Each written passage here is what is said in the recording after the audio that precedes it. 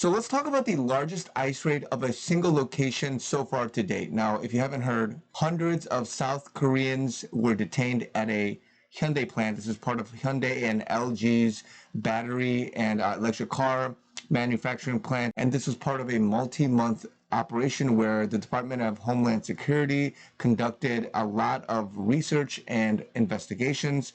They said, quote, unlawful employment practices and other serious federal crimes, that this was not an immigration operation where agents went into the premises, rounded up folks and put them on buses, but rather this is a multi-month criminal investigation where we have developed evidence, conducted interviews, gathered documents, and presented that evidence in order to obtain a judicial search warrant, and this was to a federal judge, and that it was the largest single site enforcement operation in the history of Homeland Security investigation. So this is huge, not only because the president of South Korea just came recently, and among tensions that are building up with Asia Pacific and the relations with Trump and just all of these things, where the image and just everything building up might in some sense crumble to some degree. But when Trump was asked, I saw this interview, when he was asked about it, he said they were illegal aliens and ICE was just doing its job.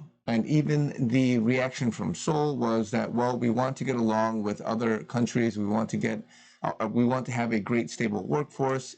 And as we have, as I understand it, a lot of illegal aliens, some not of the best people, but we have a lot of illegal aliens working there. So admittingly, they have said that, right? And so these workers are people that came through with Biden, they came through illegally. And at the time, I think over 400 or over 300 South Korean nationals are being detained at a facility in Georgia, and everything is just ongoing in terms of negotiations and various things like that. And so I want to make some comments because, of course, I'm South Korean American. I have dual citizenship, and I'm very close to both countries. I'm living here in South Korea now. I've lived for a very long time in the United States. And it's very good to make a couple key points because, one, as a believer, you have to have the highest order of ethical and moral reasoning, which is first Christ-likeness, biblical values. And that is that if there are laws, if there are things in the U.S. that you need to follow, then you have to follow those things. You can't be doing things illegally. And so for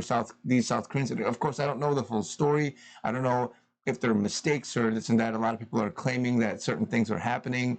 Let the dust settle, let the information come out. But the point here is that if you're not doing things legally, you can't be siding with people, especially if you have, for myself, an ethnic tie, if you have a racial tie, if you have some sort of identity, you can't be tying yourself to those things. And so many of us in life, whether you are of a certain race, a certain creed, if you are of a certain political party, if you are of a certain leaning geographically, if you live in a certain state or a country, whatever it is, you have to be able to see the highest order, which is Christ-likeness, the biblical values. And then after that, what is it that's going on with regards to your perception of reality and also the laws and the initiatives that are being put forth that are of godly value? And so right now, as I see it, the U.S., Trump, and the White Hats are trying to clean up the country, and you have to follow that line of reasoning. So it's because I'm a Korean, and this is maybe speaking to other Koreans or other people of other races for other issues, whether it's racial things or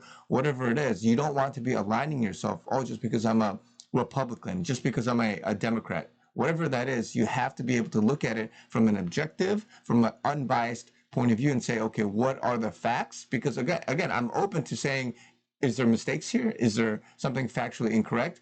Or if it's true to the degree that there was a multi-long operation and everything is, dotting the I's, crossing the T's, all of that with this operation, then so be it. The South Koreans and Hyundai, whoever it is, I don't know, and Hyundai claims that these are all contractors, none of them are employed with them. So in some sense, they're distancing themselves. But all in all, you've got to be looking at it from the perspective of what's right. And so I understand a response from a human rights perspective and all that South Korea is trying to do right now. But if you've made mistakes, own up to it, fix them. And then also, as I've said before, there are multi-layers to all of this. This could be, bigger than what is shown at face value. We don't know. Let's just let that work out because ICE, the show of force, the impression that it's giving off, as well as other things from a greater Korea, even North Korea, South Korea, and Asia Pacific, a greater Asia, East Asia movement, and what's going on there. And also, as I talk about often on this channel, the removal of a greater evil. All of that stuff might be at play here, but in some sense, it's probably an isolated incident as part of just an ongoing the operation of enforcing immigration policies and all that stuff. And so I just want to give some quick commentary here. A lot of things happening, but again, stay prayed up. I'm trying to comment and post more consistently with news and various things, as well as what's going on, but also that I have a fundraiser. I'm trying to meet my goal, guys. If you guys want to help me out, the link is down below. I also have other forms of giving if you guys want to look at that, but really wanted to push for this, guys. We need to meet our goal. It would help me and my team out tremendously. So love you guys. Be encouraged. Talk to you guys very soon.